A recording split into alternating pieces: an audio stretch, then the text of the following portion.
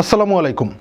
বাংলাদেশ অনূর্ধ্ব ১৯ দলের বিশ্বকাপ মিশন শেষ হয়েছে, সেমিফাইনাল পর্যন্ত পৌঁছাতে পারেনি। সুতরাং এখন হচ্ছে পারফরমেন্স কাটাছেঁড়া করার জায়গাটা, যে বাংলাদেশ কেন গত ২ বছর বা আড়াই বছর ধরে এই দলটার উপরে ইনভেস্ট করার পরেও সেমিফাইনাল পর্যায় পর্যন্ত পৌঁছাতে পারলো না।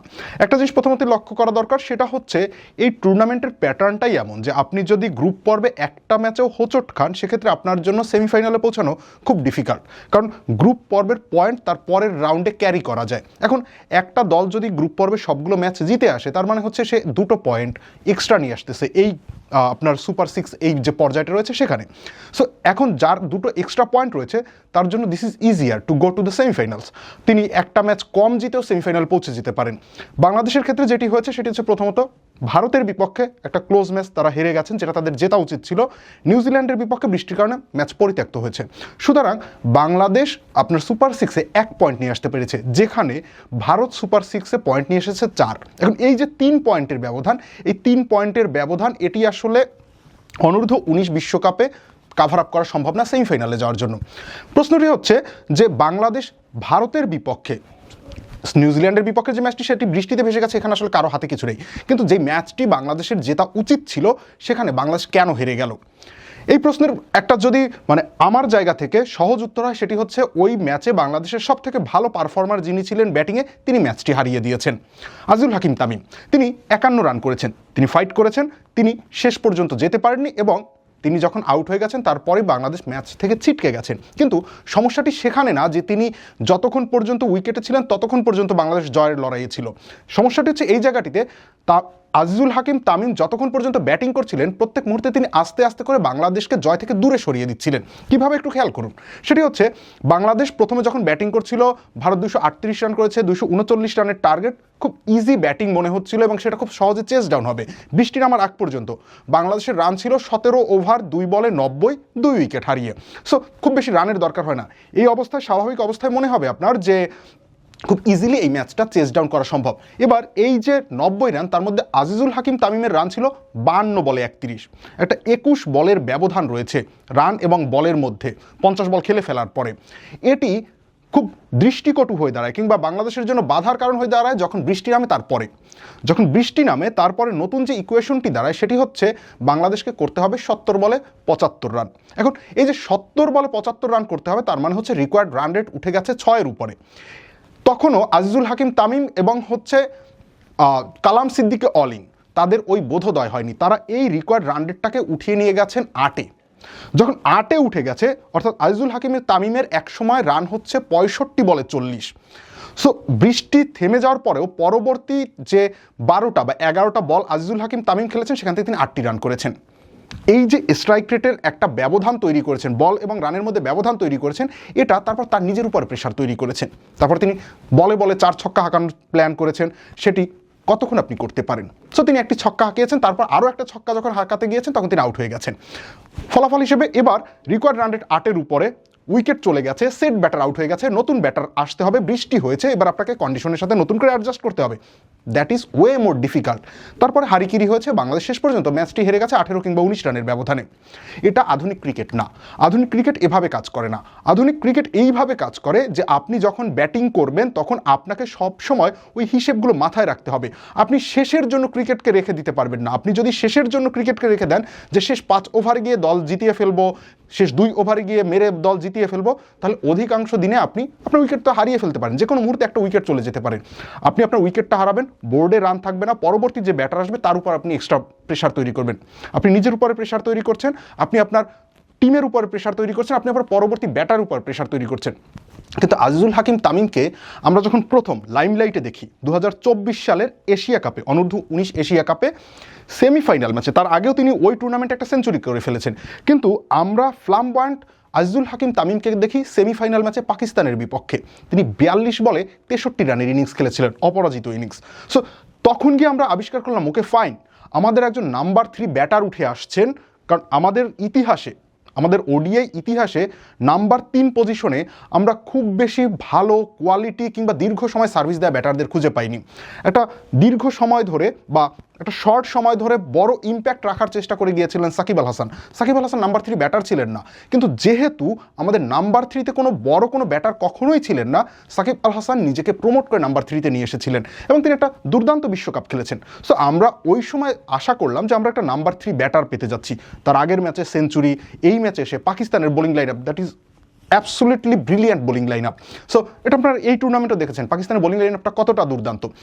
তারা সেমিফাইনালে যাচ্ছে না সেটা আলাদা হিসেব, কিন্তু পাকিস্তানের বোলিং লাইন আপ নিয়ে ওই প্রশ্নটা তোলার কোনো সুযোগ নেই। সো পাকিস্তানের বোলিং লাইন আপের বিপক্ষে দাঁড়িয়ে তিনি 42 বলে 63 রানের একটা অপরাজিত ইনিংস খেলছেন এবং সেটা খেলে তিনি দলকে ফাইনালে নিয়ে যাচ্ছেন। আমরা ধারণা করলাম যে আমরা একজন প্রপার নাম্বার 3 ব্যাটার পেয়ে যাচ্ছি, যার মধ্যে সোয়াগ আছে, যার মধ্যে ফ্লামবয়েন্স আছে, তিনি ক্যালিপসো পুল করেন, তিনি straight down the ground hit করেন এবং তিনি কোনো বোলারকে ভয় পান না, কোনো বলকে ভয় পান না। যদি তার জোনে থাকে তিনি সেই বলগুলোকে মেরে দেন। তিনি উইকেটে থিতু হওয়ার জন্য সময় নেন না। এই যে চিন্তা ভাবনাগুলো আমরা করলাম, ঠিক তার পরের বছর থেকে সেই চিন্তাগুলো চেঞ্জ হওয়া শুরু হলো। এবার আজিজুল হাকিম তামিম তার খেলার অ্যাপ্রোচ চেঞ্জ করে ফেললেন। কোন পরিকল্পনায়, কার পরামর্শে তিনি এটি করলেন সেটা আমাদের জানা নেই, কিন্তু এই কাজটি করা শুরু করলেন। 2025 সালে তিনি ইয়ত ওডিআই যেগুলো খেলেছেন সেখানে তার স্ট্রাইক রেট হচ্ছে 74। এখন এই সময় এসে একজন ব্যাটারের স্ট্রাইক রেট যদি 74 হয় তাহলে তিনি আসলে দলের কোনো উপকার করেন না, তিনি দলের ক্ষতি করেন। এই যেই ইনসিডেন্টটির কথা বললাম, ভারতের বিপক্ষের ম্যাচটির কথা বললাম, ওই ক্ষেত্রে যে ঘটনাটি ঘটেছে ঠিক একইভাবে ঘটনাগুলো ঘটতে থাকে। যে আপনি রান করছেন না সেটি না, কিন্তু আপনি যখন হচ্ছে প্রথমেই 20টা 25টা 30টা বল থিতু হওয়ার জন্য নষ্ট করে ফেলছেন, সেই মুহূর্তে আপনার দল স্কোরবোর্ড প্রেসারে পড়ে। আপনি রান করছেন 3 গড় ইকোনমি রেট নিয়ে, আপনি রান করছেন 3.5 ইকোনমি রেট নিয়ে ওভার প্রতি। সো সেটি যখন করতে থাকেন তখন আপনার স্কোরবোর্ড প্রেসার আসে, কারণ প্রতিপক্ষ তো ওইভাবে রান করবে না। আপনার আস্কিং রেট বাড়তে থাকে, কিংবা আপনার যে টার্গেট দেওয়ার জন্য যে স্কোরটা দরকার হয় সেটির থেকে আপনি দূরে সরতে থাকেন। এরপর আপনাকে সেখান থেকে একটা রিস্কি শট খেলে ওখান থেকে বের হয়ে আসার চেষ্টা করতে হয়। যেদিন সেটি আপনার কানেক্ট হয় সেদিন আপনি ব্রিলিয়ান্ট ক্রিকেট খেলেন, যেদিন আপনার কানেক্টটি হয় না সেদিন আপনি 30 বলে 15, 50 বলে 30, 50 বলে 28 এ ধরনের একটা স্কোর করে তারপর আপনি আউট হয়ে যান। ফলে যেটি হয় সেটি হচ্ছে স্কোরবোর্ডে আপনার রান থাকে না, পরবর্তী ব্যাটারকে এসে আবার সেট হওয়ার জন্য সময় নিতে হয় এবং আপনি আপনার পরবর্তী ব্যাটার অ্যাজ এ হোল আপনার পুরো দলের ক্ষতি করেন। সো এটি হচ্ছে আমরা দেখলাম 2025 সালে। 2026 সালে যখন আমরা এই বিশ্বকাপের কথা বলছি, অর্থাৎ অনূর্ধ্ব 19 বিশ্বকাপের কথা বলছি, এমন না আজিজুল হাকিম তামিম রান করেননি, রান করেছেন। 4টি ইনিংস ব্যাটিং করেছেন, 194 রান করেছেন। যদি আপনি গড় বলেন তাহলে সেটি হচ্ছে 48.5, দুর্দান্ত। সমস্যাটি হচ্ছে স্ট্রাইক রেটে 3টি 50ও আছে, স্ট্রাইক রেট 67। স্ট্রাইক রেট নিয়ে একটা টুর্নামেন্ট খেললে এবং সে যদি হয় দলের মূল ব্যাটার, তাহলে ওই দল সেমিফাইনালে যাবে না, এটাই খুব স্বাভাবিক ঘটনা। সো আজিজুল হাকিম তামিমের ক্ষেত্রে সেটি ঘটেছে। তিনি 4 ম্যাচে 3টি 50 মেরেছেন, কিন্তু সেগুলো দলের কোনো প্রয়োজনে আসেনি। আপনার ইন্ডিয়ার বিপক্ষের 50 কোনো প্রয়োজনে আসেনি। আপনার জিম্বাবুয়ের বিপক্ষে তিনি 50 মেরেছেন, প্রতিপক্ষ জিম্বাবুয়ে বলেই হচ্ছে সেখান থেকে আপনি একটা কার্যকর জায়গায় যেতে পেরেছেন। কিন্তু প্রত্যেকটা ম্যাচে আজিজুল হাকিম তামিমের, গত ম্যাচে আপনি যদি খেয়াল করেন তাহলে দেখবেন জিম্বাবুয়ের বিপক্ষে তিনি প্রথম 35 বলে তার রান ছিল 17। সো প্রত্যেকটা ম্যাচে তিনি থিতু হওয়ার জন্য, স্টার্ট করার জন্য যথেষ্ট বল খেলে ফেলছেন। এবার এই 35তম বলে গিয়ে যদি তিনি আউট হয়ে যান, কিংবা 40তম বলে গিয়ে যদি তিনি আউট হয়ে যান, তাহলে তিনি যে এই 15টা 20টা 25টা বলের একটা গ্যাপ তৈরি করে দিয়ে যাচ্ছেন। এই যে গ্যাপটা, এই গ্যাপটা তার পরবর্তী যে ব্যাটাররা রয়েছে তাদেরকে ভোগায়, এবং এই জন্যই বলছি যে আধুনিক ক্রিকেট এভাবে চলে না। এখন প্রশ্নটা হচ্ছে আজিজুল হাকিম তামিমের এই রূপান্তরটা কেন ঘটলো? সোজা উত্তর হচ্ছে আমরা জানি না যে আজিজুল হাকিম তামিমের এই রূপান্তরটা কেন ঘটলো। ঘটা উচিত কি উচিত না সেখানে একটা হাইপোথেসিস রয়েছে। সেটি হচ্ছে 2020 অনূর্ধ্ব 19 বিশ্বকাপে যখন যশস্বী জয়সওয়াল খেলতে যান, তার আগ পর্যন্তও তিনি আক্রমণাত্মক ব্যাটার হিসেবে পরিচিত। 2020 অনূর্ধ্ব 19 বিশ্বকাপের পরবর্তী সময়ে তিনি আক্রমণাত্মক ব্যাটার হিসেবে পরিচিত। যশস্বী জয়সওয়ালের ইন্টারন্যাশনাল টি20তে স্ট্রাইক রেট 160-এর উপরে। সো তিনি আক্রমণাত্মক ব্যাটার, এ বিষয়ে কোনো সন্দেহ নেই। কিন্তু 2020 অনূর্ধ্ব 19 বিশ্বকাপের সময় তাকে টিম ম্যানেজমেন্ট একদম স্পেসিফিক একটা দায়িত্ব দিয়ে পাঠায়। সেটি হচ্ছে ইউ ক্যানট হিট। যতক্ষণ পর্যন্ত তুমি 70টা বল না খেলবে যে কোনো ম্যাচে, তার আগ পর্যন্ত তুমি হিট করতে পারবে না। অর্থাৎ তার দায়িত্বই দিয়ে পাঠায় তোমাকে, তোমার দায়িত্ব হচ্ছে লম্বা লম্বা ইনিংস খেলা। কারণ ভারতের পরিকল্পনা ভিন্ন।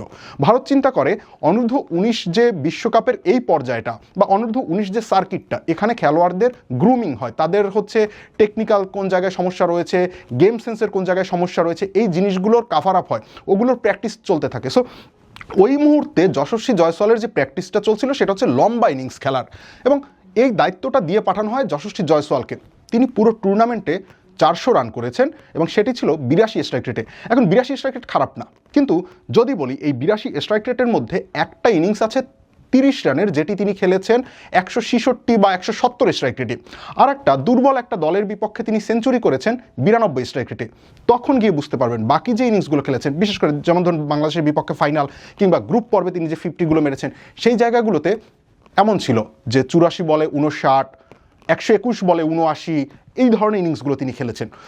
এটা ইম্প্যাক্ট করেনি যশস্বী জয়সওয়ালের ক্যারিয়ারে, ইম্প্যাক্ট করেনি এই স্লো ইনিংসগুলো, কারণ এটা যশস্বী জয়সওয়ালের প্লেয়িং স্টাইল না। তিনি যেটি করেছেন ঠিক ওই সময়টায় তিনি তার নিজের যে শুধরে নেওয়ার জায়গাটা, লম্বা ইনিংস খেলতে পারার যে জায়গাটা, সেটির প্র্যাকটিস করছিলেন। এখন আজিজুল হাকিম তামিমের ক্ষেত্রে যদি সেটি হয় যে তার এই মুহূর্তে টিম ম্যানেজমেন্ট থেকে চাওয়ার জায়গাটা হচ্ছে এটি যে অনূর্ধ্ব 19 বিশ্বকাপ আমাদের জন্য গুরুত্বপূর্ণ না, কারণ টু ভেরি ফ্রাঙ্ক বাংলাদেশ বাদে বা আরও যারা বাংলাদেশের কোয়ালিটির কিংবা এই লেভেলের টিমগুলো রয়েছে তারা বাদে অনূর্ধ্ব 19 বিশ্বকাপকে কেউই খুব বেশি গুরুত্ব সহকারে দেখে না। এটা তাদের একটা ডেভেলপমেন্ট প্রসেস হিসেবে দেখে সকল খেলোয়াড়দের জন্য।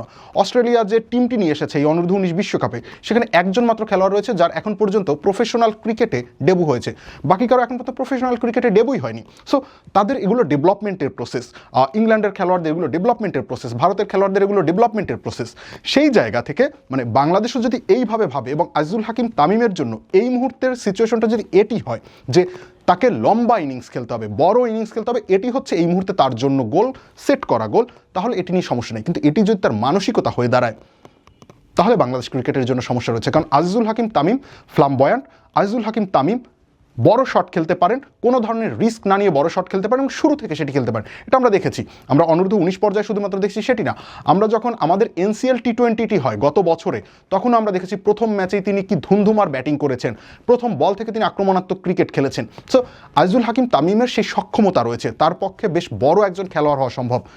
জায়গাটি হচ্ছে ওই মানসিকতাটা যদি শেখার জায়গায় থাকে, শেখার জন্য আমি এই মুহূর্তে স্লো ডাউন করছি, আমি বড় ইনিংস খেলতে পারি কিনা, আমার প্রত্যেকটা স্টেজকে আমি আলাদা আলাদা করে হচ্ছে ইমপ্রুভ করব, তাহলে সমস্যা নেই। সমস্যাটি তখন তৈরি হবে যদি এটিকে আজিজুল হাকিম তামিম তার মাইন্ডসেট বানিয়ে নেন যে আমি এইভাবেই ক্রিকেটটা খেলবো। এটি আসলে এখনকার ক্রিকেট না।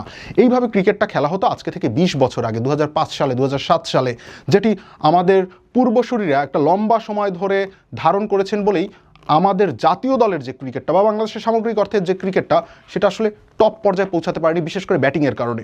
আপনি খেয়াল করলে দেখবেন বাংলাদেশ জাতীয় দল যতগুলো ম্যাচ জেতে তার অধিকাংশ কারণ থাকে বোলাররা ভালো করেছেন বলে ব্যাটাররা ম্যাচটা জিতিয়ে দিতে পারছেন, ব্যাটাররা ভালো করেছেন বলে বোলাররা ম্যাচ জিতিয়ে দিতে পারছেন, এই ধরনের ঘটনা সচরাচর ঘটে না। সো রিজন ওটাই যে আমাদের ব্যাটিংয়ের যে কনসেপ্টটা, এই কনসেপ্টটা আজকে থেকে 20 বছর পুরনো। আজিজুল হাকিম তামিম এই মুহূর্তে সেই কনসেপ্টে ব্যাটিং করছেন। তিনি এটিকে আমি আশা করব যে আজিজুল হাকিম তামিমের জন্য শুধুমাত্র একটা লার্নিং প্রসেস, এটা তার মেন্টালিটি না। যদি সেটি ঘটে তাহলে, অর্থাৎ তার মেন্টালিটি যদি এটি হয়, তাহলে বাংলাদেশ ক্রিকেটের কপালে দুঃখ আছে। সবাই ভালো থাকবেন, সুস্থ থাকবেন। পরবর্তী কোনো একটা বিষয় নিয়ে আপনাদের সামনে আবারও হাজির হব। সকলকে ধন্যবাদ।